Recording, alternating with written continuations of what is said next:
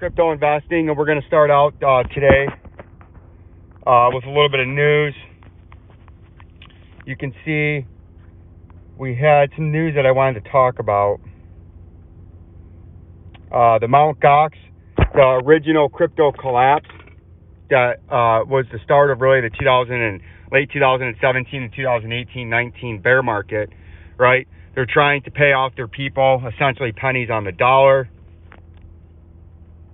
You can see today in crypto, turmoil, woes, deepen, legal, and repayment developments from Celsius, Three Arrows Capital, Voyager Digital, and more, right? We've had multiple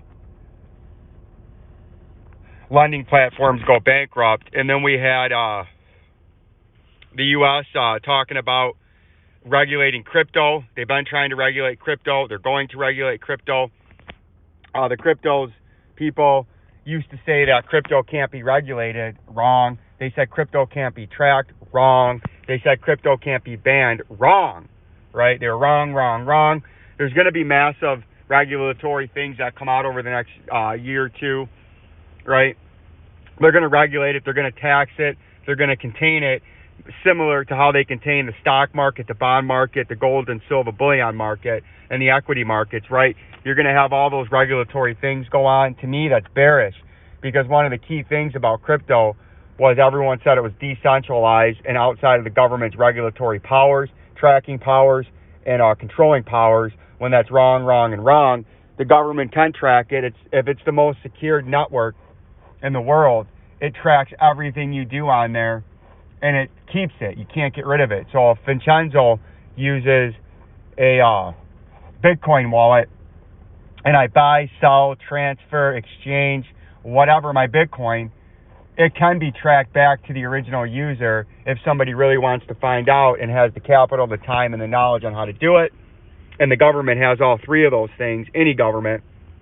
So at any time, they can track all your, unless you're using fake accounts, fake names, and you're really good at that to try to hide who you are when you're buying crypto, the government will get to the source of each and every transaction, because as everyone knows, the crypto blockchain is one of the most secured networks in the world, and everything is tracked on it, everything is logged, and everything is archived, and it can be accessed at a moment's notice by somebody that needs to find out who was making a certain transaction. It can and will be found out who it was, and it is not something that can't be tracked. It can be tracked. So like we were saying there, it is tracked. It'll always be tracked, and you're going to have to continue to understand that. And I think the regulatory things are going to be bearish for crypto. Like I've been saying since I got on this channel, I think when the government does go to a digital dollar, and other worlds like China, they're already going to a digital currency there. They're going to just make their own government digital dollar, right? I call it the Fed dollar coin in the United States, and around the other central banks, they're just going to have their own. They're going to use the blockchain technology, but they're not going to use a Bitcoin, a Ethereum, or a Solana, a XRP, or any of that as their world's reserve system. They're going to create their own central bank digital currency, as I call it, the Fed dollar coin, and that's what they're going to be doing. And they've been transparent on that across China, Russia, or China, Japan, Australia, and Europe. They've all, and the United States, they've all talked about, and I believe China has actually put in their own digital currency. They're going to use it on the blockchain. It's going to be the same as the U.S. dollar, except instead of printing U.S. dollars, they're just going to give it to you over a digital wallet, and it's just going to be the same as dollars, just in digital form. But the risk with that is like China, they're going to be a social credit system score.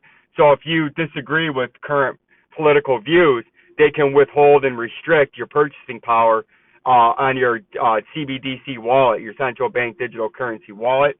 And if you disagree with them, or they find you as non-compliant, like China does, they restrict what you can use your money on, right? So that's a very dangerous thing, and that's a very dangerous thing that's going to be coming in the future that everybody has to be made aware of. Once the world does go to a digital system across the board, as individual countries, depending on how strict they are, they're going to use that to restrict your freedom. And if you know, say you have a low you have a low a low score based on them, they won't let you say go on vacation. They won't let you go to a movie. They won't let you buy this leisure item, right? If your social score, your social credit score is not up to par, they'll restrict your purchasing to basic necessities, maybe food, water, and little amounts of energy, right? So that's very important that you guys understand this. When Janet Yellen, Jerome Powell, and the Federal Reserve says they're going to go to a central bank digital currency, which they will, it's going to restrict freedom, right?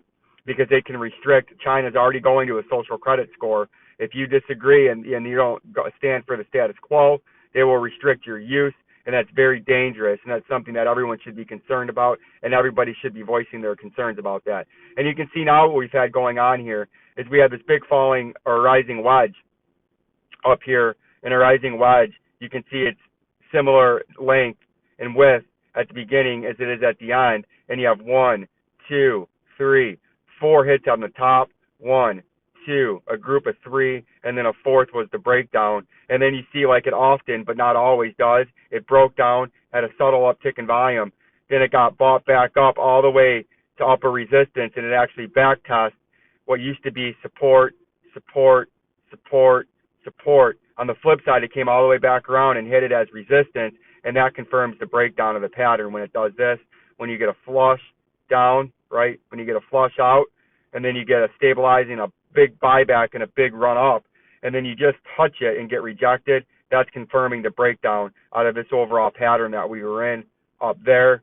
And our technical target out of that was about $20,000, right? And then the mountain double top that we're in has a technical target of 13,336, and we're going to get there. And then you can see this one had just a miniature version of another rising channel where the base is the same as at the end, and you had multiple hits, support 1, support 2, support 3, and then support 4 in a whole group, and then a breakdown, and you had upper resistance once, twice, 3 times, and it flushed, right?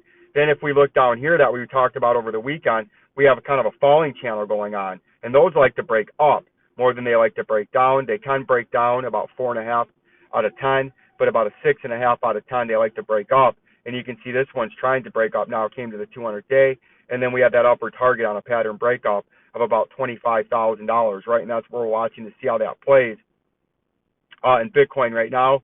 But the short-term price, you can see it's back testing, just like we talked about yesterday in the last video when we were up here. The important thing was on a back test, can you hold this now as upper lower support instead of how it was resistance, resistance, resistance, and on a breakthrough. If you hold this now as support, that's very bullish, and that would more than likely indicate more times out of not a confirmed breakout if you can hold this and bounce, and then you would look to come up here to 24,011 as upper resistance, right? Then if we don't buy Luna, it's a scam. If we look at Ethereum, you can see it's in this rising.